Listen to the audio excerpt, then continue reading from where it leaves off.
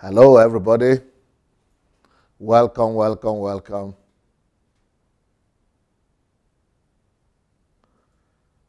A new day here. Welcome to Creative and Innovative Hour with DSA. Now, for about a month, we had the program together with Shola Adelaja, and he did a great job. But today, we are having another hero for you. We would like to be able to throw the light on the Africans that are doing it well or that are having great ideas and great plans about the continent, about Africa, and about themselves. So please go ahead and share this message. Let's go and share the message. Share. Share the message, please, everyone. And let's share the message and invite our friends and family.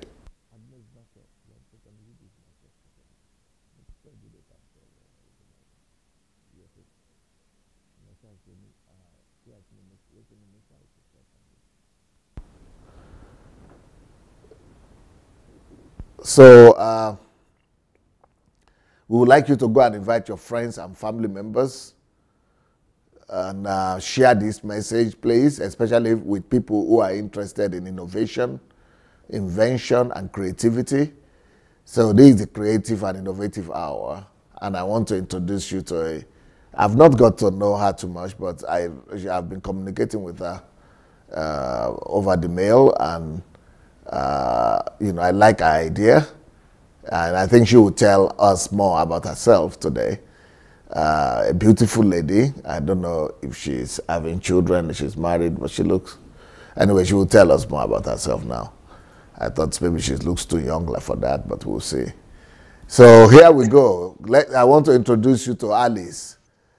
Hello, Alice. Hello. How are you doing? Hello, DSA. How are you doing today? I'm doing great, I would say. Yeah.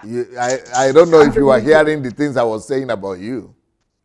Yes, I did. Would you like to clear the air about that one? Yes. My name is Alice Eddie. I am married. I've been married for 7 years now. So you are not. You are surely not 23 then. No, I'm not.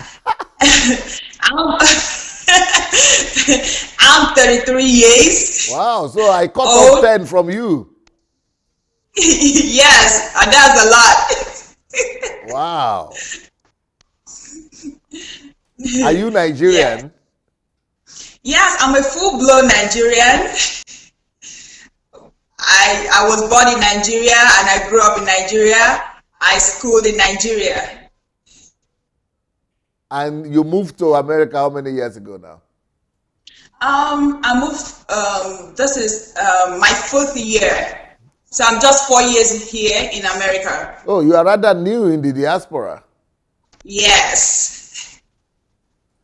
Okay, tell us about yourself, if you don't mind. Yeah. My name, as I said, my name is Alice Eddie. I was born in Nigeria. With that ID name, it sounds like people from Akwa Ibom to me. Yes, I'm from Akwa Ibom. It's like almost everybody from Akwa Ibom is ID. Oh, it's not ID, it is Eddie. The full name is Edet. Since people cannot pronounce it right here, we just call it to Eddie. Yeah, you call it Eddie. Some people say ID. Oh, but it's still the same. Okay, your own is Edet. Edet, yes. Yeah, I think it's the same name. I don't know. I think it's the same name. ID is abbreviation for Idomesit. Yes. Yes. But why all those Edet, all those? Maybe people like it a lot. Yeah, it should mean something. They just abbreviate the name. Idiom I said is God will console you. Oh, right. So it's connected to God. Now I see. Yeah, That connected to God. the D is the one that is connected to God. Yes. Okay. Because that's where the connection is. Most of the Akwa Ibom people have the D. It's just like the the Igbos have Shioma, Shirere, Shinwe, and then Yorubas have Oluwa, or Oloro, or something like that. And Yorubas also have Ade. Yes. Yes, so why would they just have ID? Some is Idara, meaning God's joy. Yeah. I said God will console. So now I see where the D is coming from. Yes. So you are from Akwa Ibom. Oh, wow. I'm from Akwa Ibom. Yeah. Now I can explain the reason for the beauty. Thank you. Because that whole area, it used to be in Nigerian culture, like the Calabar area, They used to call all of you Calabar people at one time. Calabar, yes. Yeah, so, and you have people know you people to be beautiful people over there. Yeah, so once you go out from Akwa Ibom to any part, any state, any other state in Nigeria, people will call us Calabar, as in, are you Calabar? You're from Calabar? Yes, they used to say, and that is because you share the state at a point. Yes. And, there used to be a time when, that whole region used to be Eastern region. So, and at that time, people used to say everybody in the Eastern region is Igbo. Yes. Yes, I even have issue like that some people will say, you look like an Igbo. You look like an Igbo. I was like, okay, whatever. And that's because they know you are not coming from the West and you are not from the North.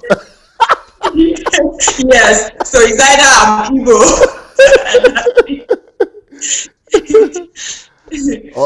Okay. And, tell us about, this, do you have interest in science or innovation or what, or creativity?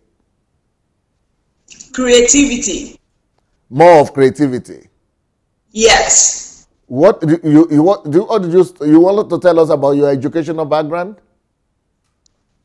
I can say a little bit about that.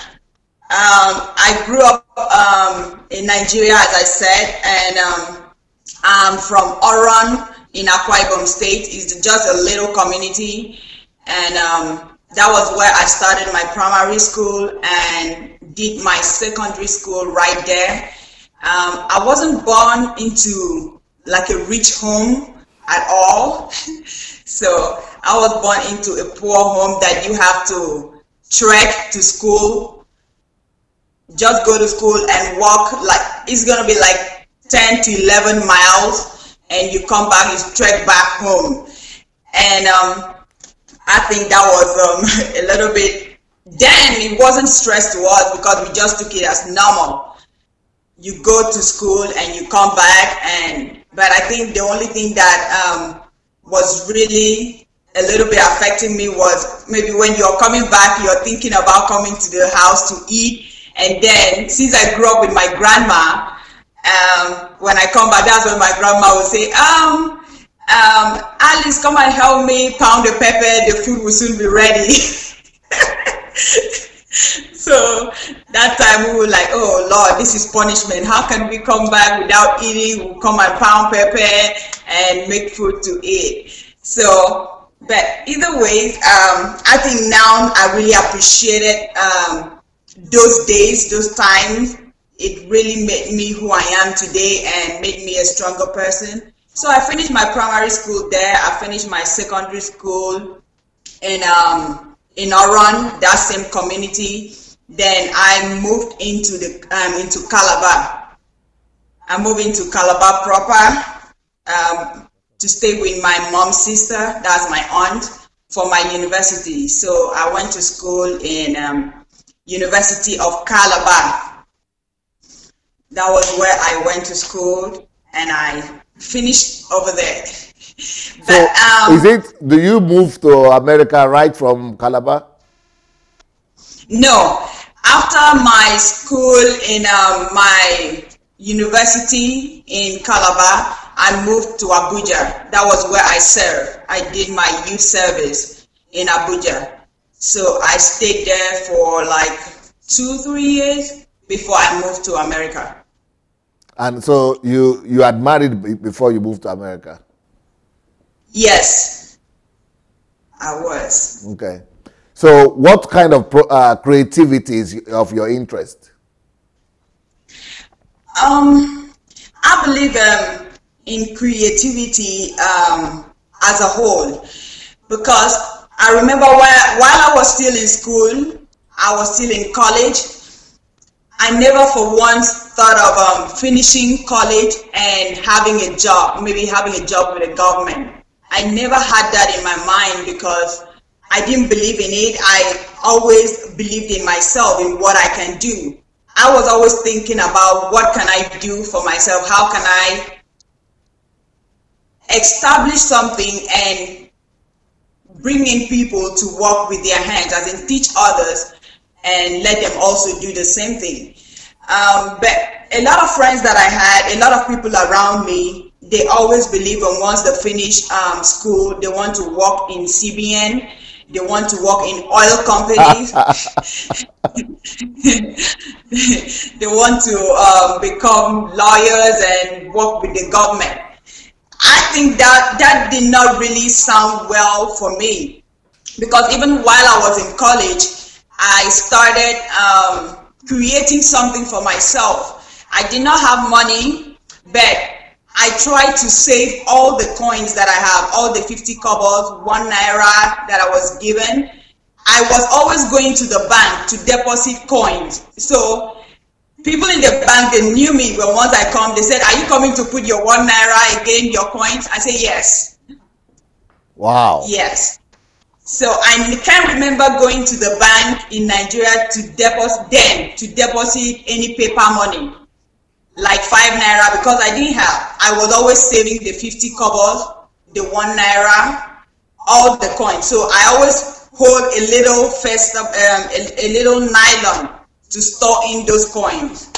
So if that coins go up to like 5 naira, I would just carry the coins like that and go to the bank and deposit it. Is that a local wisdom from your grandma to save? Yes, I think it's from my grandma, because my grandma had this little box, wooden box at home, that anytime we have any money, she would say, "Just save it. You can save any coins, you can save anything for yourself." So I believed in that. I believe in saving anything you have, not spending it or buying pure water to drink or using it when you don't really need it or that thing is not necessary. So I started saving all those coins, and you will like my finance and law of money series. Oh yes, I do like it. Have you been able to go through everything? Yes, I've been able to go through a lot of your videos on finance, and it's amazing. It is amazing. I even ordered the books, though I've not gone through over and over, because I still need to go over it, because you are very detailed in everything that is in that book.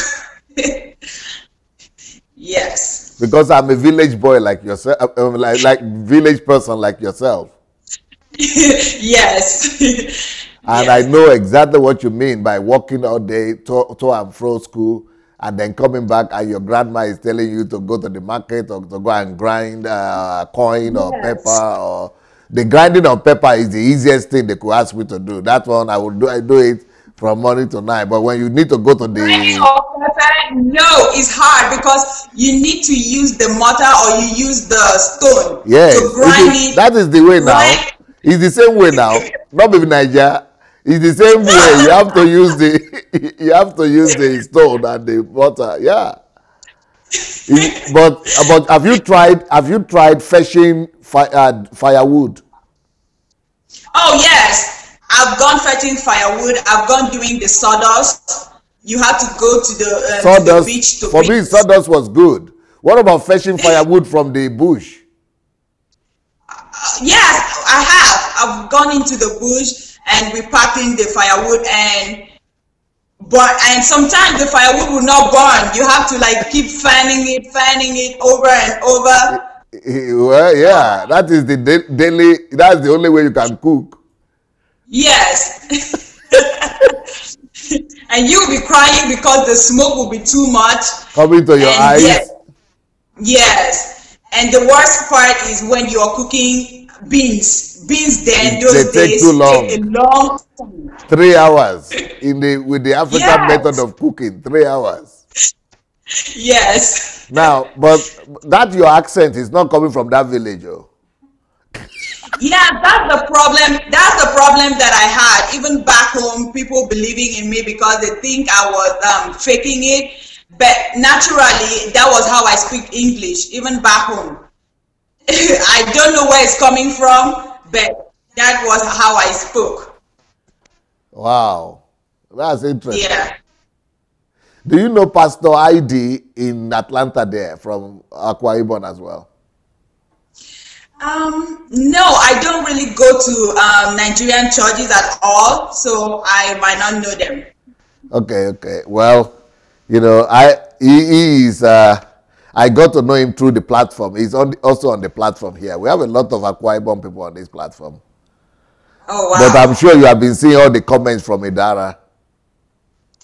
From Idara? Yes. Today? No, just comment. She's always commenting. She's very active on the platform, on live broadcast. Okay. You don't come on live broadcast, right? You do your own YouTube, right? Yeah, I do mostly on YouTube because sometimes during the live broadcast I'm not available. Right. Maybe I'm work or yeah. So how did you run into DSA? DSA, I don't know. I would think it was God that directed me. Because one day I was just sitting down, I just decided to go on YouTube. I type in a topic that I wanted to educate myself on because sometimes I would just sit down and try to educate myself on I think the first video that I saw was on finance. I wanted to go on YouTube to find out more information about finance, and lo and behold, I just saw you, a Nigerian pastor. I said, who is this Nigerian pastor talking about finance? Nigerian pastor don't talk about finance. No, they talk about finance, but they talk about miracle money. Yeah. Knowing Nigeria, knowing pastors in Nigeria talking about tithing and all the money, I know everything about it. So when I saw you, I was like, oh, maybe you are another one that you want to talk about tithing or something about finance. But but somehow, I don't know, miraculously, I just click on the video and listen. And the first time I listened, I do pay attention a lot to my spirit to know, to be able to discern what kind who the person is, what kind of message is he preaching. And when I started the first one, I didn't really feel that much, but my spirit just said, okay, listen to another one or listen to that particular one to the end. And I listened. You were speaking some simple truth. I mean, you were just life truth. Speaking that, life truth and more practical. I was like, I need to find out. I now went on Google. I saw that you were not in Nigeria. I said, oh, okay, this is going to make sense a little bit. Let me pay attention and listen to it. And with time, I got to understand that you were just a man of God. I mean, a man of God practically. You were filled with wisdom, and my spirit just related to you, and I was okay, yes, this is it. So finally, Nigeria actually have somebody that can speak the truth and stand for truth without any fear or anything. So that was how I just came about. It's like you. It's like you had had enough of the Nigerian gospel or something like that. Oh yes, because back home, I joined. There was a church that I was going to back home when I moved to. I mean, the one in my village was just okay, but when I moved to to Abuja, I joined one mega church because I've always been in a smaller settings of church. I've always been in a church that is trying to grow. So going to Abuja, I was like, oh, I'm tired of little churches. Let me just also go to the big ones and see. And then when I went to the big church, I mean, what I saw and heard was amazing. So you go to the church, they will do all the gym. Was it really amazing or shocking? Was shocking. It was shocking because when I went to the church, you will see all the gymnastics going on in the church, people jumping, the praise and worship people dressing a certain way just to be so that they can video it and put it online or something, like a movie star, and the pastor dressing like a movie star and coming to do all the gymnastics. And at the end of the day, end of every service, they have to call for seed of faith. They have to call for different seed. And what was shocking was that they have to mention, as in give you a certain amount that you have to sow. Wow. So I was wondering, why should you tell them how to give the money? They leave out the Holy Spirit in the business. It's not necessary. Yeah. It's not necessary. It's not necessary. And they will tell you, okay, the Lord told me, as in you should sow. I should tell you to sow a seed according to your age. That is ridiculous. So I have to pay. God forbid 26,000. God forbid if you are as old as myself, 50 something. Yes, you should be paying 50,000 seed. It means you are bankrupt right there.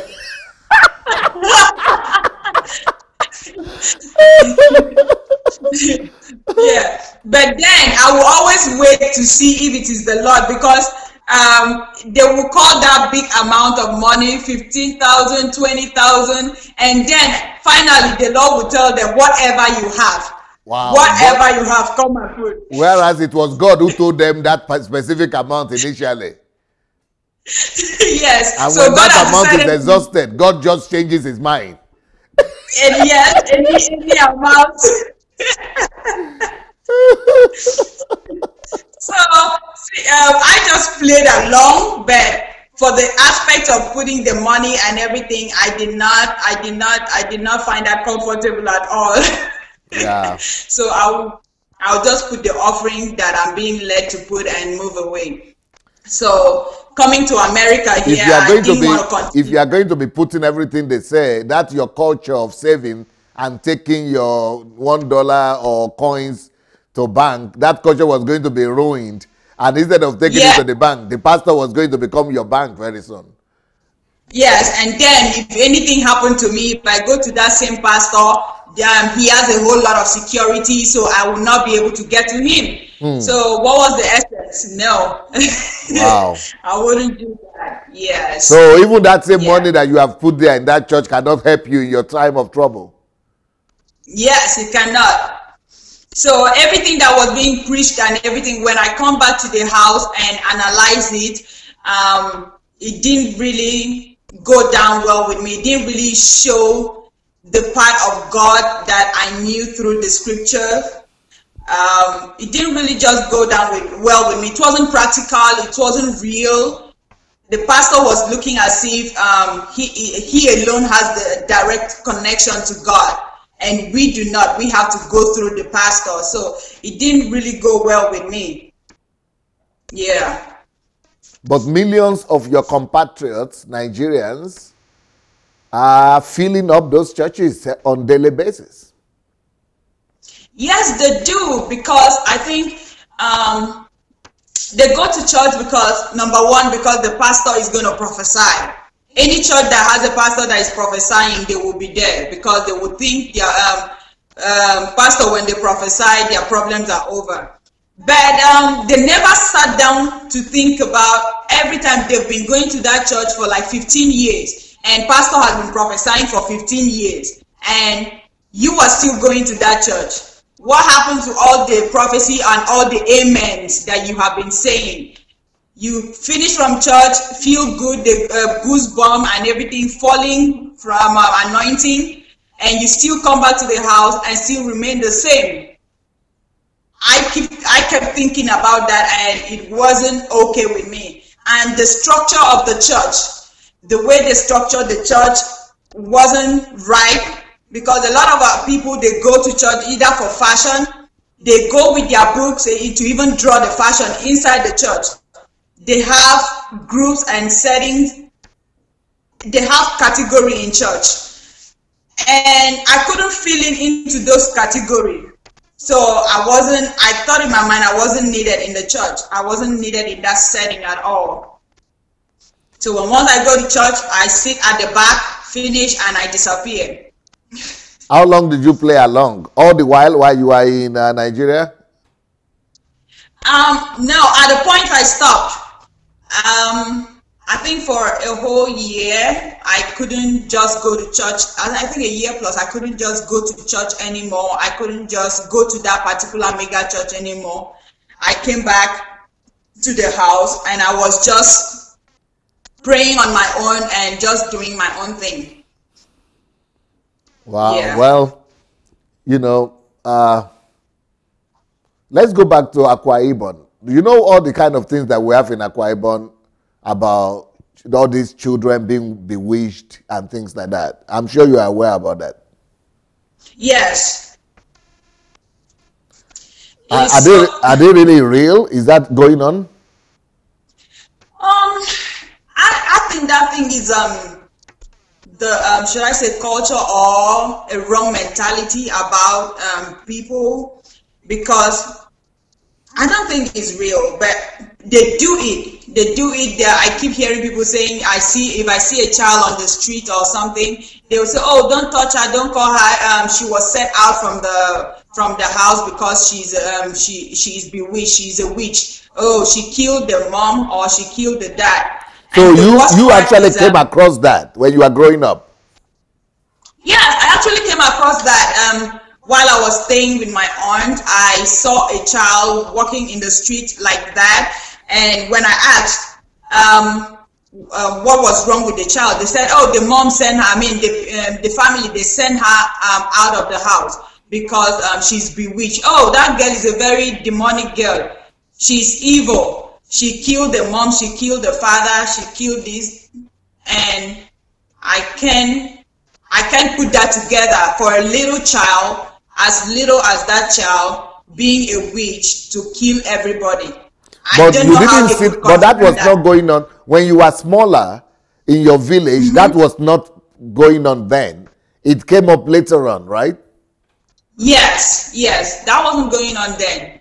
I think the thing of the witches and witchcraft and all those things wasn't common while I was little. I didn't really hear it. It was later on in life. I think when I was in college, when I was in university, that was when I started seeing all those things. Yeah, because that was when there was already the advent of Pentecostal churches, all the spiritual churches, and it is, the outflow or overflow of the spiritual churches that now led to all those demonization. Okay. Because when I was growing up 30-something years ago in Nigeria too, children were not being demonized like that. We were hearing about witches and wizards, but that was always old women. It was in connection to old women those days. Yes. But the time came when they started saying the children, they are also bewitched. Even babies, they would say, "Oh, this baby is bewitched. Oh, look at what she did. I saw her in a dream. She's not a baby. She turned as a mature person in the dream and started killing people." that that baby is a witch. I was like, that is wrong. As in a baby being a witch. I didn't really get it, yeah. But you see that the people who are going to really help resolve the problem in Akwa Ibom are foreigners, white foreigners. How does that make you feel if you are coming from that area? I feel that we don't even believe in ourselves. We believe in another person, especially, I don't know why people back home, they really believe in a white color complexion. Maybe a black person will go say the same thing to them. They might say, oh, they might not really believe that change or anything coming. But if it is a white person coming, they will pay full attention to that white man. So that white man, even if he's lying, we will believe that it is the truth. So that's why even in the construction industry or any parastatal that they want to do something, they will bring a foreigner. So even if you can do the same thing, they will not trust you with it. They will trust a foreigner, a white person. Okay, I'm sure you know about this lady from Denmark that, you know, maybe is married to a Nigerian or something, went and saw this little baby outside in Akwa Ibom, and it's become a very celebrated story. And it built a center. Hope is the name of the baby, I guess. So it's a big story on hope, and now she has built a center. But the reason is not because she's a white person, it's just because she's the one who noticed hope. Every other person was passing by the little boy, but all the Africans, they would just go to church and take their offering and tithe to the church, but they would not notice those children in the street. But she was not, she's not even a Christian, she's not even a believer, but she's the one who stopped and attended to the baby, even though she's not a Christian. So it is that it's not because she's white, but because she actually attended. Then she made a video about it and made it into a big news. You know, I don't know if you know about that story. Yes, I've seen that. I've seen that story long time on internet, and I saw the baby that she took care of that baby, and that baby is doing really good now. Yeah, I think the problem that we Africans have in general is love. We do not pay attention to one another. We do not look after one another. I think the love part and the compassionate part in us concerning one another is dead, and that needs to come back to life. For anything to come alive in Africa, for anything, I think the first thing is for us to bring that part of love for one another back into our lives. A few days ago, I think it's almost a week now, I had one of my guests here is Miriam. Miriam is a Nigerian that's from Rivers, but she's now based in Houston. And she told of her story of how she got to, but the part I want to talk about is, she said that America taught her virtues. She discovered love and real God. Even though she was going to church in Africa, but it was America that taught her God. She doesn't go to African churches over there in America. But she said she discovered love and virtues in America. Do you think, did America change you? Has America added to you? Yes, because when I came to America, I wasn't expecting a lot. I came to see how their culture is, how their belief system, how they work. But I really see love in them. They pay attention to problems of life and try to look for the solution for those problems. So I think, America, they do love. They do love. They can't see a problem without looking for a solution to it. So I've been, for the few years that I've been here, I keep looking at how they attend to things, how they bring solution to things around them. Even when maybe you need help and you go meet anybody, maybe an American, if you meet the first person, he doesn't pay attention to you, the second will not pass, or the third. They will pay attention to you. They want to listen to you first. They do show love compared to the African communities. African communities or Nigerian community here in America, they tend to behave just as if they are back home. They don't pay attention to you. They don't really want to be, as in, to identify with problems and solutions. But the Americans are not like that. You know, when I used to go to America a lot, Americans were actually I'm talking about white Americans. They were actually very surprised that there was a Nigerian community there. They just know that there are few Nigerians they see, but when I began to tell them that we have Nigerian churches, they said, what? Nigeria, what churches? All churches just Nigerians? They were like shocked. The only Nigerians they know are the ones who come to their midst, to their congregation, or the ones they meet at their work. But they don't know that there is a real community. They are surprised. I mean, it's like a shock to them. And you know, what do you think about that? I don't know why. Yeah, I think they might not know because, I mean, Nigerians, they don't like coming out. They just have their own. They come from Nigeria. They want to be identified with Nigerians. They go to Nigerian churches. They don't go outside. Even when they sit outside, they probably want to be at the back. So, yeah, they do have, I don't know why. White people, they don't really go to African communities though, so they might not really know. But the black ones, they do know. Yeah. Yeah.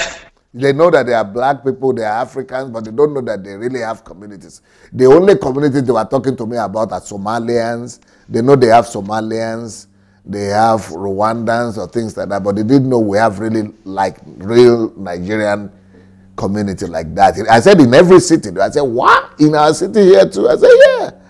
They're always surprised. But the black Americans seem to know. Yeah, the black Americans, they seem to know because I think they also like part of our culture. They like the party aspects. Okay. Or they want to also party a lot too. Okay. Yes. Mm-hmm. Now, you want to do something. Sorry? I said for churches, I don't know if the black Americans actually go to Nigerian churches. Yeah. I don't think. Now, you, Alice, you want to do something that is quite daring. Yes. In the area of innovation. Yes. And that's why I brought you to this particular program, Creative and Innovation Hour. You want to do something very creative, very daring, I would say. Not too much that is too creative, but the fact that it's so daring. Where are you getting that confidence from? You have some husband that is standing beside you you are standing behind a fort, the wall of China? Or he's gone? Yes, I do. Yes, I do have a husband that supports me. He's like, whatever you feel like, whatever vision that you have, you want to do it, I'm right behind you. You can go ahead, set it, and keep it rolling. Pray to God and trust God for it. So that has really been giving me that encouragement to move ahead, to see, look for problems and see solutions to it. And I've also been listening to you a lot. You have been motivating me. I'm somebody that always looking for what to do with my hands. I want to create something. I want to do something, and I want to help others. So growing up, as I said, I was always saving that coins. So at a point, that coin went up to like 3,000 naira. I took the 3,000 naira and I paid somebody to train me on how to make jewelries. So I was trained to make jewelries while I was in college. So I did the jewelry and I would sell it to my lecturers. I would even sell it to the lecturer and stand in front of, when I collect the money, I use it to register for my courses just in front of my lecturer. She will buy the jewelry from me, and I still use that money to buy her textbook. Beautiful, beautiful. Yeah. So that really helped me because I did not have any mentality of finishing college and going to submit CV somewhere or to work for a government. So I really needed to invest in myself. I needed to start up something, do something. But people around me, my classmates, my friends, they were laughing at me and said, is this what you want to finish school to do? I said, what is wrong with you doing something with your hands? They never believed in me. They didn't want to. But I kept doing that with time. And the money that I sold from my beads, I was able to save it also. I use it for my school time, and I also use it to help my younger sister in school. And with time, I went into fashion. I had to like go pay and learn for some few months on how to design a cloth, on how to sew clothes. So, And sorry, what did you read again? I actually studied agriculture. Okay, good. Go ahead, please. I studied agriculture, but I was But looking you are for creative. something. You were going to sewing clothes, right? Yes, I was creative. I was looking for something that I can do quick with my hands. So I went into the jewelry part of fashion. Then from there, I went into the cloth fashion section.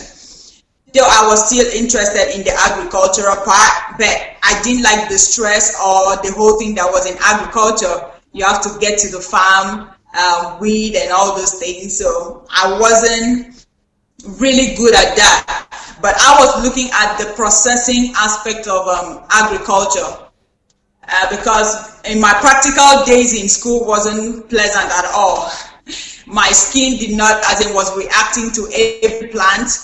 If I go to the farm, if my skin should touch the grass or touch anything, it reacts. So I wasn't enjoying it at all.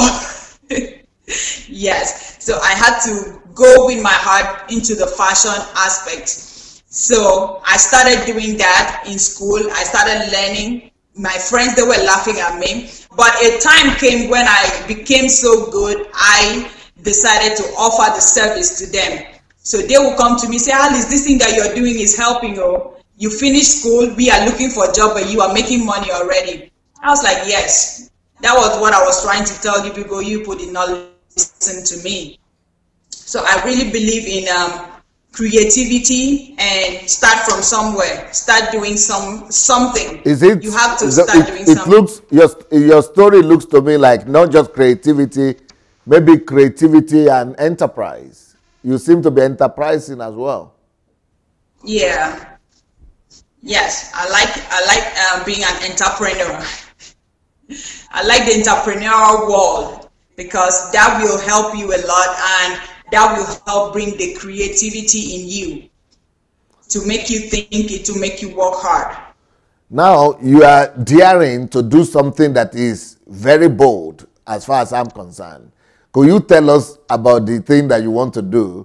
I know that you are planning to do something, for me, so huge. Even though it's in America, America has been able to produce it. But to try to do it for Nigeria, let's listen to your strategy. Yes, I want to do something because you have been talking a lot. You have been preaching a lot. And it's time, if there is going to be any change in Africa, we need to get into the work aspect. So I have decided to get into this work aspect immediately. It's going to be challenging, but I think it's going to be worth it. So I want to see how Nigerians can be, as in especially the youth, those that are out of school, maybe from 2 to 10 years, that they don't have what they are doing. They are still thinking, because sometimes when I talk to my fellow youth or African people, they're like, I have 3,000 naira, I have 5,000 naira, I don't know what to do. I don't know how to do it. I don't know how to go about it. So I want to come up with a platform in which we will be posting some ideas, some business ideas that I see and how to go about it. There are some things that you can do with or without money. and I will put the strategies on how you can do it. You can do the business, get the idea that you think you can go ahead with, and you pick the business and go about it. Ask questions and go into it. And another part of it is that I'm going to handpick people. I will have a volunteer. I will handpick people in the local communities and who are interested in learning those things, and send them to vocational schools. School that will not take long, like 4 years. It's going to be like a program. It's going to be like 3 months to maybe 24 months to learn how to do those things, and then go into the business part immediately. So that's what I'm planning to do. Create a platform in which people can join. Then we will be putting business ideas. Put business ideas, the grassroots business ideas, in which you can just look at it, ask questions. If you're interested, you can go into it. And especially on programs like in agriculture, poultry, like poultry, fisheries, and all those things that you can just go learn for 3 to 24 months. You can achieve something, and you start up something for yourself. Start up something for yourself and see how you can move forward. So that is what I'm planning to do. Yeah, please, you need to really bring this home so that it is clear and understandable to everybody. From what I'm hearing from you, I think what you want to do is that you want to create a platform almost like Facebook or GoFundMe, where everybody will have access. Yes. I'm going to create a Facebook where everybody will have access to join. And we will be posting ideas, business ideas. Post it, and sometimes we will do a live video whereby we will discuss on a certain topic, on a certain business, on how you can do it, how you can achieve it, how you can make money from those ideas. And the second part is the local people that will be handpicked that really need the help. We will send those ones to these programs, in which they can learn how to become an entrepreneur. They can learn some trading so that they can exchange these services. That we will send them to that school, and we will also support them in starting up the business. So how to get the funds will be on GoFundMe. I will put up a GoFundMe link on the Facebook, whereby the Nigerians that are in diaspora or anybody can just donate into that GoFundMe. That will go 100% to the local people that, as in, to train them in that program, in those programs. So like 20 people going into those programs and come out, we support them first to start up the business, and we see how they can go from there. Okay, now you create a platform. Let's say we have a platform like we just created now. You know, we just created this platform on creative and innovative platform, DSA, creative and innovative something that, I don't know if you have joined it yet. Yes, I have. Okay. Yeah, I don't know. Have you been in communication with Shola? Shola, yes, okay. I have. So you will create a similar platform like that. Who brings the ideas? Is it the Nigerians, the local Nigerian people and children or kids, and anybody from all over the world who bring the idea, or just anybody brings the idea and we sell the ideas to the local boys, graduates, or local Nigerian boys? How does it happen? Yes, people over here who have access to internet, who are also in business, the local business. I'm not doing something that is going to be like you want to start a business of creating aeroplane, because the local people, a lot of people in Nigeria don't have access to internet too. Okay. So the ones that have access to internet, the ones that are here who have ideas, they can bring the ideas to the Facebook platform. Then the people that have access in the back home can also be reading, because the ones that have phones, they can look at Facebook, they can read. Those ones, they will take the ideas. And Anybody can decide to take the ideas and establish it and start doing something with it and ask question. Okay, how can I do this? How can I start planting cocoyam? Okay, if I plant cocoyam, how do I sell it? How do I make money from it? You ask questions like that, you will get answers from the platform. We will present to you how. Okay, so this is like a platform where everybody could bring ideas there to help people back in Africa, how Africans can make money and become self-sufficient and independent, to giving them ideas. Okay, for example, I was speaking, I had the program. If you want, you could go and check the Kingdom Fruits one day and see my interview with Nabi. Is it Nabi? Nazim? I think Nadim. I think Nadim is his name. There is this guy from Australia, a white Australian guy, Nadim something. But if you just go to the internet, to Facebook, YouTube, Adelaja and Nadim, and you'll see my interview on YouTube with him. And the idea is that he was saying he receives thousands of letters.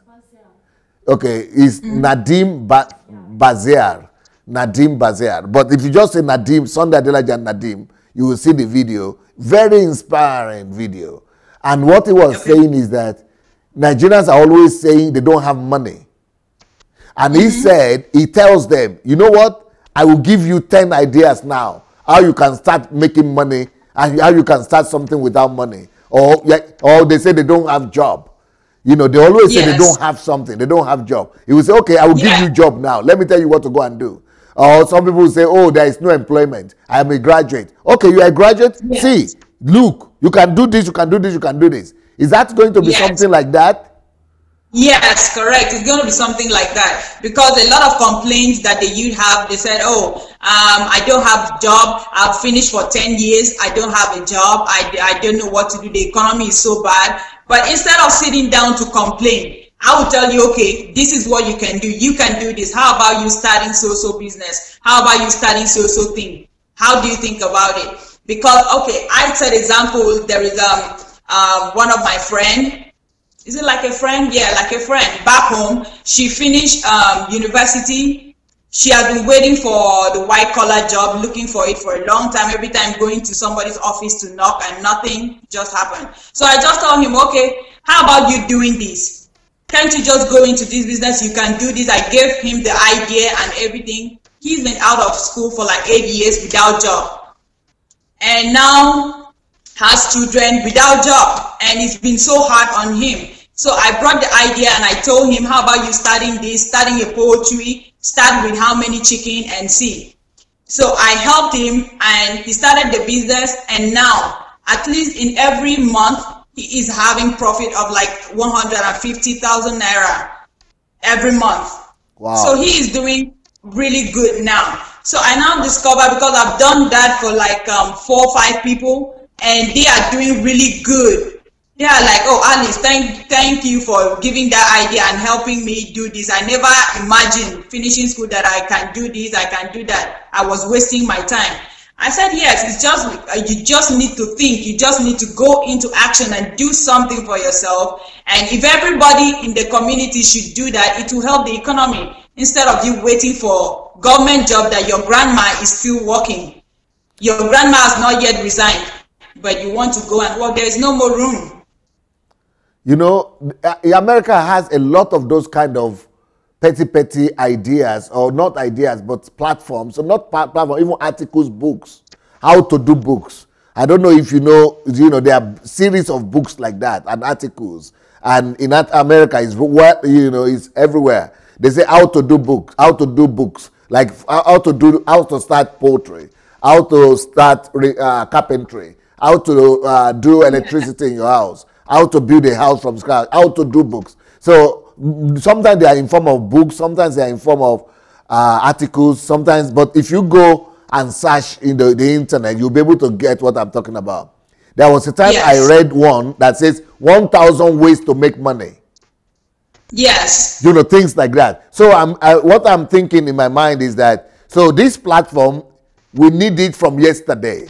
So because we need you to already to create it, and because right now I personally would like to take the name or I would like to have that title or the name of that platform and give it out there and begin to promote it for you. I want to promote it. And as I'm listening to you now, I'm feeling people who are listening to me, that there are some people who are listening to me that will be willing, that are already saying, we want to send I want to send my brother to that platform. I want to send my cousin, all those my uncles, cousins, nieces and brothers and relatives who are asking me for money every time. I want to send them to that platform. Let them go and learn how to do different things. So can you imagine that platform where, okay, not just you will be putting information there, how to do this, how to do that, how to do that. But even if I have some ideas, I can also bring my ideas to people there. And other people can bring their ideas. So it's going to be like a bank of ideas and how to do them, how to execute them. So you might very soon become the most influential person in Nigeria, because that platform is going to fill up very fast. You are going to have thousands and thousands of people over there. Yes, I want that to happen to my people, because I have been thinking a lot about them, and I want everybody to get involved also, because it's happening in different parts of the world. A lot of youth, once they turn up to 18, they are doing something for themselves. They are just being active. They are doing something. So I want to put that idea. I'm making it to be open to everybody so that you can own it. Everybody can own it. Anybody that has an idea, something that you have done also, and you think there is prospect in it, you are succeeding in it, you can post the ideas. Just post it. Others can read and take it and run with it. In the world of entrepreneur that I have been in, one thing that I have discovered is that amongst the blacks is that we don't like sharing ideas. Once you know something, you don't want to share with the other person because you don't want competition. And any place that there is no competition, there is no growth. Never think that a place is too crowded, you can't do it, you can't succeed. No, go in and do it. Let there be competition. Once there is competition, people will be thinking different ways of making that thing, and once there is competition, there will be growth, because it will motivate you to think of other ways in which you can move your game higher to do something better. So I want everybody to just join the group, to just join the page, and if you have ideas, post it. Let others learn from it. If you want to come on live video, you let me know. You come in on live video and explain it step by step to people back home, to the youth, on how they can go about it. Okay, let's say I started a poultry farm. How did I succeed? Okay, look at how you can succeed in poultry farm. Get this, get that. These are the certain things you need to do. It's not that expensive. Look at what you can do. We put everything step by step for you, and you can just pick it and do it and see how it goes. Give it a try. So I would like everybody to join it, because I already opened the Facebook already. It's open. You can just go like it. Then whenever we post those videos, you can see them. We post those articles, you can see them. We post those steps, you can see them. And take it. Don't be afraid of saying, oh, I'm taking somebody's idea. No, it has been there forever. Go take it, practice it, do it, and see how it goes. Okay, what is the Facebook page? It's called African Youth Empowerment Foundation.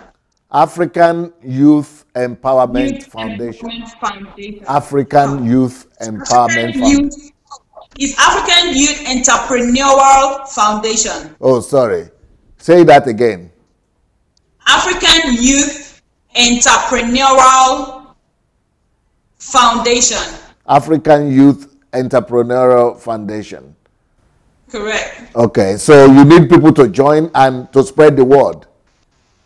Yes, I need people to spread the word. Tell your friends, tell your family members, the ones that don't have jobs, those that are thinking of what to do, those that they have a little savings, they are thinking of what they can invest in. They are not sure on what they can do, start up with that money. Let them join. They will find a lot of ideas coming from different people. They will find a lot of things that they can do. And if they pick one and start, they will be surprised on what they can do for themselves. And did you say if they will need money to start up also, You will conduct some interviews with them to find out their authenticity, and then you will take, if the idea is good enough, you will take it to GoFundMe for them. Correct. If you have an idea, if you think you want to do something and you are not able to do, maybe because of finance, on something you want to do, you let me know. You just you can just direct message me, and then we will conduct interview with you. We will have volunteers who will see if you are the one that really need the money. So if we see that the business, they think you're serious to do it and you really need the money, then we can just get money from the GoFundMe when we have and support you to do it. Yeah, and in the DSA Creative and Innovative Center that we created, we will also be providing finances for people. So, but first of all, we need this your page to take off. You say it is, maybe we can actually write the name for people right now. What did you call it? African Entrepreneur? African Youth Entrepreneurial Foundation. African Youth Entrepreneurial Foundation on Facebook. Yes, on Facebook. African Youth Entrepreneurial Foundation. It's an open group, right? It's an open group because I don't want it to be closed. I want everybody to have access to it. Whenever everything is being posted, you can join. Just like the page, and whenever we put those ideas, and if you have an idea, you can also put in it. So you want people to also bring in ideas that could help African people start out to begin to make money for themselves. Yes, you are free to bring any idea that you have executed, any idea that you think it can really help people back home, and you put it step by step on how they can do it. How can they get money to do it? How can they produce it? How can they have the finished product from what you are saying? Just put it step by step to them so that they can really know how to venture into the business. You know, this looks very similar to what I did here in Ukraine. If you have read my book, Money Won't Make You Rich, or maybe you've listened to the financial series, you will know that I was able to raise 300 millionaires I was able to raise 200 millionaires in 3 years. 200 in 3 years. And this is a very similar method and strategy that I used. Anybody that has an idea, it was a closed club though, so you have to have some conditions for you to get there. So, but if anybody is making it and at least one idea is working for you to join that club, you must be willing, you must have a covenant with everybody else that you are going to share the idea that is making you and through which you are making the money. So once you have the idea, we share the idea with the group. So let's say somebody is making money through real estate and through development. So he shares the idea and he has to teach everybody all the steps from zero to completion. And then once you make your first million, you are supposed to adopt at least 5-10 people from the group that you must mentor within a year to show them how to make that 1 million as well. So that is how we were able to do it. Okay, yeah, it's something, what I'm doing is going to be something like that. The people that we are going to sponsor to do this thing, to go in for the program and help them start up a business. Once they start and they succeed, they can also help others. They can also tell others and also donate to the GoFundMe to help others too. Tell them the steps on how you go, the challenges, what mistakes did you do, how did you correct it, how did you sail through, because in every business, you must make a mistake. From your mistake, you can correct it and see how it works. Put it out there step by step, let people know, let people that want to do it go ahead and do it. And people can get into the business and start doing something for themselves. That way, if everybody is doing something, everybody's busy doing something, there will be competition. If everybody start up with something to do, there will be competition, and once competition set in, they will be thinking, their mind will grow while to think on ways on how to step up the business to either in their marketing strategy, they will look for diversity, how to do it. And that is when you see development start coming into the community. No, one of the reasons why I said that it's a bold move you are taking is that, what do I say?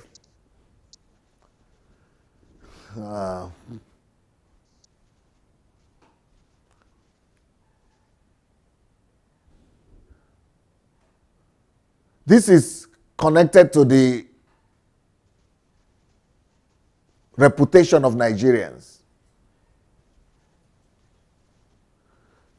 of being not too straightforward, of being famous for the wrong things. Like, if you want to help people to raise money and to start businesses, and you are doing it through the internet, which I think must be done, by the way, and which I think has to be done, and we have to do as many of them as possible, and not be servants of our slaves to fear, but really be willing to for example, let me give you an example. We collected some money for Libya victims.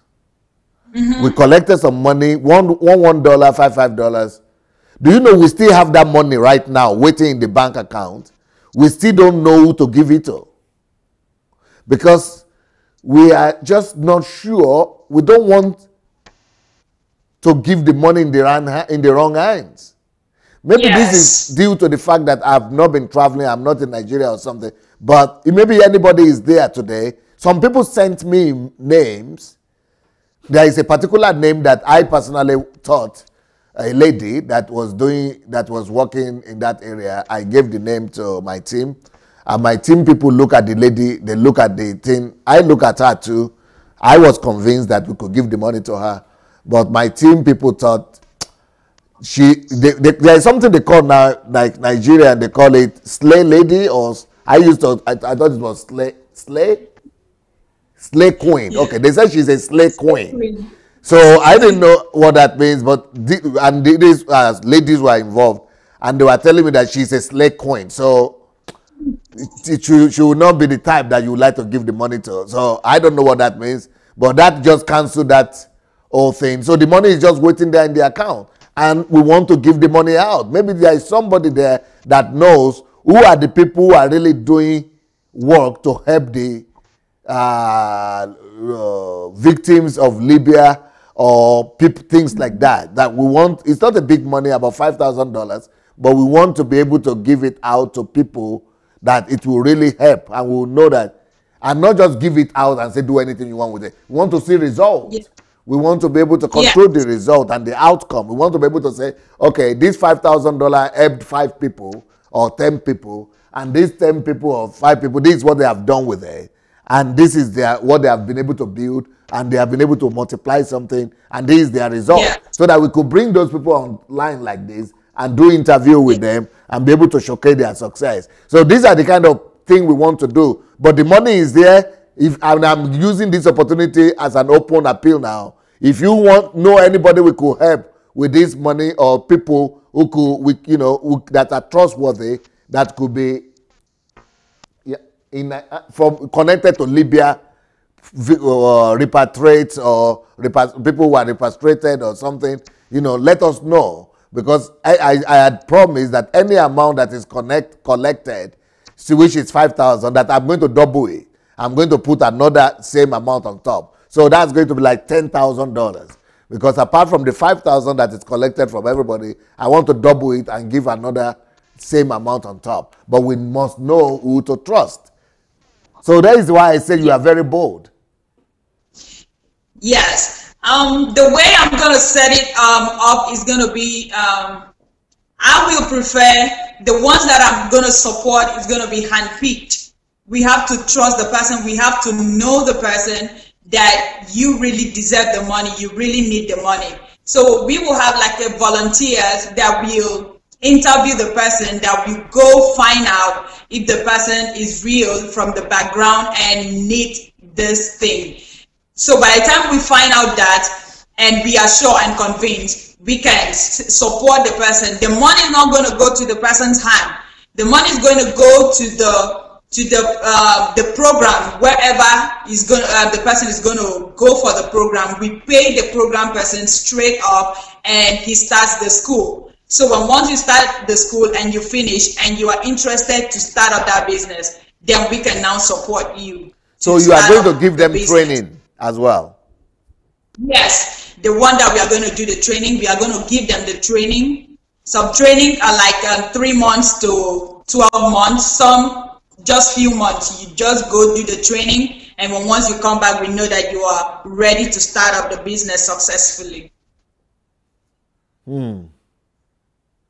Yeah, like someone that sent me, told me, if she had money, she would have loved to learn how to make shoes, as in to repair shoes, but she doesn't have any ideas on how to do that, but she has a passion to do it. And if we find out from such family, we find out that truly she doesn't know how, as in doesn't have the financial ability to, then from the GoFundMe, if we have money from the GoFundMe account, we just take it, look for a shoe where they are producing shoe in Nigeria, and we find out the cost. She will go out and find out the cost. How much does it cost? Some maybe $100, some start from $200 to $500. We pay to that school, to that person that is doing the program, and we tell her, okay, it's time, you can start the school. She just started the school. When once she finished, we now find out if she's still interested. We find out what are the necessary tools to start up a shoemaking business. Then we can support her from there. So you are not going to set up the school. You are just going to send the person to the corresponding school, to the the relevant school. Yes. You are going to help them find that school in Africa or in Nigeria or overseas? We are going to find that school in Nigeria, because we have a lot of schools like that for entrepreneurs in Nigeria. So we find that school first in Nigeria, and the person goes and we pay to that company, to whosoever is doing the program, and all you need to do is to start the school. Start the school, learn, see how you can do it. Once you are done with it and you're ready to start up that particular business, we will know what are the necessary tools that you need. What do you think you can put together? Who can you collaborate with? This is what you can do, and we can support you. Then you start up the business. So let's say I want to give $5,000 to your foundation now, to this move. Okay. And I will not do that until, let's say, I would like you to have at least, because we need to propagate this thing first. At least 5,000 or 10,000 people on that platform that are aware. And then at least maybe... That's why I would like people to share it, tell their people, tell their friends about the group. It's going to be really interesting the way the structure looks like. It's going to be really interesting, and I want people to join, because I cannot start anything if people don't join. They should create the awareness. We are telling people, join. Then by the time we start it up, it's going to be interesting with different ideas coming in. I want you to put this right up, this your idea, on our group there, on that DSA creative and innovative platform, so that so that people who might want to finance or support you or also spread the word from that platform will also begin to do that. Okay, I will. Put the advert there, the publicity. Because, for example, if I have to give $5,000 to help people in Nigeria, I would rather give that $5,000 to your platform, so that you will now tell me this platform, this $5,000 will help maybe X amount of people, maybe 100 people or 10 people or 20 people, and they will be trained in this, and I will see their names, and I could see them with their testimony to come and tell us what they have been able to do. Yes. Yeah, I will surely do that, because I will surely be able to handpick people to that are interested and send them to that program, and they come back and tell me that they've been learning a lot, they are ready to do it, and we will support that person all the way to start it up. Then we will monitor the progress. The person has to tell us from month to month, how is it going? How is it moving? Are you getting interest? Are you building this? What are your strategies? Send us the pictures. We can market it for you. We can see how we can spread word of mouth still on the Facebook platform, and come back with a testimony. So this African entrepreneurship, that is Facebook, right? So that people know it is Facebook. Yes. Okay. It's a Facebook, African Youth Entrepreneurial Foundation, AYEF. Okay. What I think you should do, my team there, put that African, that name, Facebook something, put it under a name. You know, where you say with Alice and a name, and then put that line there. That, you know, that, yeah, in the title itself. So that Alice will go together with this African something, and then Facebook in front. So that people will just associate a name now to that African entrepreneurship thing. Okay. Okay, so yeah, we really need to spread the word, because what I'm thinking right now is that all these Africans who keep on asking their relatives for money, and these Africans are sending money home like no man's business. They are sending money home all the time, and they cannot account for those money. And that money is being, you know, because they are your relatives, they just spend and then come back to you and report. But what I think people can do in diaspora is that they could say, okay, go to this club, go to this foundation, they will help you on my behalf. You might not tell them that you're giving money to the foundation, but you just send them to the foundation and say that, you know, go and share your idea there. You know, I'm partnering with the foundation. The foundation have commitment to me to help you. So, because the foundation is easier with the African culture, it's easier for me, for example, to tell the foundation to demand accountability from my relatives, to help me demand accountability, to help me demand reports, because it is their money. But if I go give my money to my relatives now, I would not find it easy to demand accountability from them, especially if they know that it's my money. If they know it is their brother's money, you know, they are too free. But if I say it is not my money, it is just that I know people in this foundation and they can help you, but you have to be accountable for everything. They are dealing with an official organization. They are dealing with a structure, not with me. It is not their brother's money. It is the money of the organization. So they have to give report, but they will be happy that at least I help them find a job or help them find finances.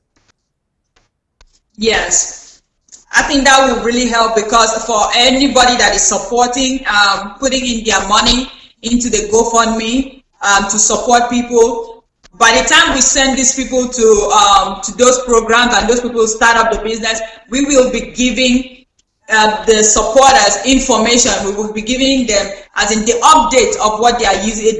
People are using their money to do now. What they are using. Okay, we have sent Uche to a program, and this is how far he has gone. We will be giving updates to the supporters so that they know that their money is not in vain. Their money is really doing something, and we will be putting updates of those that have started the business and the business is growing. And we will put the pictures and everything together and let the supporters know that their money is really doing, as in something is really yielding in Africa. You know what? I would rather send my money to that GoFundMe, because the good thing about GoFundMe also is that the money you put there, it has to be used for that purpose. So I would rather send that money to GoFundMe than to give it to individual in Africa, but send the individuals to you so that you could now help them, because I think this would be a great help for Nigerians in diaspora. Instead of just sending all those millions, because Nigerians in diaspora, they send billions, up to 30 billions a year to Nigeria, and you don't even see the effect. Things are getting worse in that country. You don't even see any effect at all. So I would rather use that money to give here so that there will be somebody who is monitoring and who is taking responsibility for training and for really bringing end result from this. That's why I said, you know, you really need to be very meticulous with following up these people and making sure that they actually perform. Yes, and for I will use this opportunity to tell people that there are some people that keep telling me, Alice, now you're talking about people shouldn't pay tithe, people shouldn't do this, people shouldn't do that. I still feel I should be paying tithe, I should be doing this in church and in that. If you're still confused and you still feel that you want to pay tithe, those your little tithe can go a long way to help others, to help the poor, to help the needy, to help people. You can send your money into the same GoFundMe and we will use it 100%. We will use it to help somebody start something, start a business, and we will be giving you updates. Because I've discovered that the money that you send to people back home, you just send it, they say, oh, I'm hungry. But we've not eaten for years. You send them that money, they use it, it will finish. If they don't invest it somewhere that will yield returns, you will keep sending that money. So how long are you going to send money to this same person or to these different people till when they get old and die? So I believe you send money to the right set of people, they grow, they use it for business, the money yield back, they can take care of themselves and their family at long run, and they can also be able to take care of others around them. So I believe if you have that money, send it. You can send it to the GoFundMe account, and we will use it 100% on these people that need help. So to stand up. Is the GoFundMe account going to be called the same name? Yes, it's going to be called the same name. I'm going to put it up on the same Facebook platform in which everybody can have access to. Okay. Well, because this is brilliant. This is why I said, yeah, and your culture, that's your culture of saving the coins, kobos, and naira, and taking it to bank and managing it and being, what's the word? Being prudent and being enterprising since you are young. I think that's what God now is building on and using it to be a blessing to the whole world, to the country and the continent. Yes, I really believe that no money is little if you can save it up. Even the coins, I do see coins here in America. I pick up the coins because some people actually throw away some cents that are insignificant. So once I see it, I pick it up and I save it. I pick it up and put it down. And some can grow up to $1,000. Some grow up to $500. So save it, and only $200 will help one person, will help somebody, one or two person or three persons back home to start up something, to go to school or to do something. That coins can really go a long way if you save it. And the other good thing about this is that we could actually give a lot of suggestions and put on this platform, because a lot of Nigerians will complain and say that they don't have ideas, they don't know what to do, and they will be telling you that they will buy them a taxi, or buy them an Okada, or buy them this, which is too expensive. But the little things, like what they could start with $100, and I want to appeal to people to go to this platform and to the Facebook page, the African Youth Entrepreneurship, is it Forum or Foundation? Go to that foundation on Facebook. Is it written Facebook, FB there? Okay, FB. Yeah, Facebook, go to that Facebook page and give ideas, especially ideas on businesses that could be started with just up to $100. $100 businesses that will grow in 1 year to $1,000 at least. And I think those things are real. They are real, yes, they are real. Because like the poultry businesses that have helped some people start up did not really cost that much. You can start with 100, you can start with 200 and start feeding your chicken. Before you know, the chicken has grown within 1 month or 6 months. You sell those things out, you make a profit, you rebuy them. Before you know, you have a lot of money, you have a lot of profit. Yeah, if you started a poultry business with $200 or $100, and now that person is making $500 returns every month. Mm-hmm. That is a huge investment, the blessing. That's a huge. Can you imagine you help somebody to start a business, poultry business with $100, and now the person is yielding $500 every month for himself.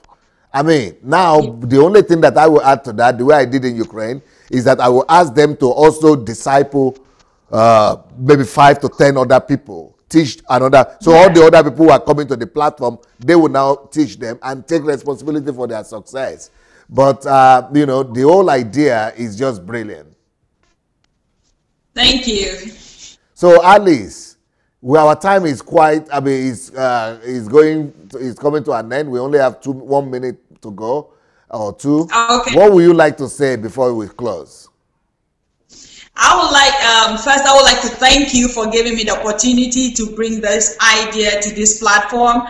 And thank you for always being there also to encourage, to motivate, to bring the Christian life into practicality for people to know that being a Christian is not a burden, is not something that you should be crying about, that you are being deprived from everything in the world. It's practical, and if you put them into work, they are really enjoying. You will enjoy it. And I want to tell people, to join the group African Youth Entrepreneurial Foundation.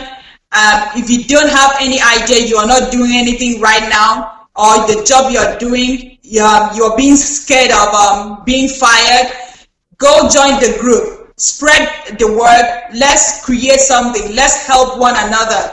Bring in your ideas, post in your ideas, put it step by step, and let people know that they can also do it. What you did, what you actually do, and you succeed, put the information out there. Let people learn from it. Let people learn from it and also do it. And I think this will also help a lot of people, a lot of youth out there. Wow, wow, wow. What I would like to tell people who are watching us is that, you know, this platform on Sundays is called the Creative and Innovative Hour. This Creative and Innovative Hour is for you people, is to help Africa. We want to help Africa through technology. We want to help Africa through, you know, science and technology, creativity, innovation, and you know, so that everybody could, you know, we could use this idea to develop Africa. Can you imagine what Alice is doing now? If this takes off, and we have thousands of people on this platform, oh my, we are just going to empower so many African entrepreneurs that way. But, you know, I want you to come up with ideas. So if you know anybody that has innovative ideas, creative ideas, inventions or creativity, and they want to be given a platform, that is why I created this platform on Sundays. So every Sunday, 7 o'clock Ukraine time, that is 5 p.m. Nigerian time, 5 p.m. British time, we are going to be profiling, or anybody that has creative idea for the development of the African continent. Anybody that has ideas, innovations, creativity, anything that is workable, that will be able to help develop Africa, you are welcome. We are going to profile you. You need to write to me, Sunday, you need to write to me, pastor@godembassy.org. pastor@godembassy.org. Just like Alice did. She just wrote to me and we arranged it. And now we made it happen. Now things are going to take off. And that's the way to do it. Just get in touch. If you have something concrete that you believe could turn around Africa, why not? Come around. And also you could join our platform. There is a platform that we created, DSA Innovation and Creativity and Innovation platform, whereby everybody could come there. But on that platform, that's a closed platform. You are not going to be accepted there if you are not, actually, Shola call it a hub for all ideas. So it's going to be a hub. So we have Alice now. She's going to be there. We have Shola. He's going to be there. We have other people who have ideas and innovations. So like, for example, Alice has her own platform where she's equipping entrepreneurs. And Shola, for example, has his own platform where he's doing medical business and using medicine to transform America and Africa. But then somebody has other ones. But the place where we all come to, where we all gather, meet each other, and we meet financiers, and we meet everybody, that is this other platform. I think they will put the banner out there right now so that you could go and join. But you cannot join that platform that DSA innovation platform if you don't have any innovation or any creativity or any idea that you want to bring to the table. They only will take you if you have something to bring on. If you don't have anything to bring on, you are not going to be taken in the DSA African in creative and innovative community. So it's going to be a community, a hub. It's going to be a community, a hub for every inventor, innovator, and people who have creative ideas that could develop Africa. So this is about African emancipation. And the financiers or connection, or you have connection, because in that place, in the DSA creative and innovative community, they will ask you questions. DSA African Creative and Innovative Community, they will ask you questions, 3 questions, to prove that you really have something you are bringing to the table. Just like Alice. Alice was able to join because she has something she's bringing to the table. She's not just a noise maker that just wants to say something. She has concrete plan, concrete idea. Then, once you qualify like that, then we are going to give you a platform like we have just given to Alice right now. So if you have, or you could write to me direct, like I said, to pastor@godembassy.org. So, Alice, let me say bye to Alice. You have done so well, but I have to go because in the next 25 minutes, I have to come back to talk about how to know God and be a friend of God. So, Alice, thank you so very much. You've done a great job. I'm very proud of you. You are beautiful, not just outside, but inside as well. Thank you for not being overwhelmed by your responsibility as a woman, or as a wife, or as a mother, if maybe. And then you are not saying, okay, I'm too busy with my own life. I've got to cook for my husband. I've got to drive and go to work. But you are actually thinking on how to do good for your world, how to make the world a better place, and how to, fulfill your calling, and how to bring the kingdom of God to the area of entrepreneurship and youth and Africa. You are a champion. You are going to be celebrated one day like Mary Slessor is being celebrated, that this woman empowered thousands of youth, and thanks to her an idea and innovation, now there is hope for the next generation of Africans. So proud of you, giving you a good hug over there, over the television. So thank you so much for doing what you are doing. Thank you so much. Have a wonderful evening. Blessings. You too. Bye-bye. Yeah.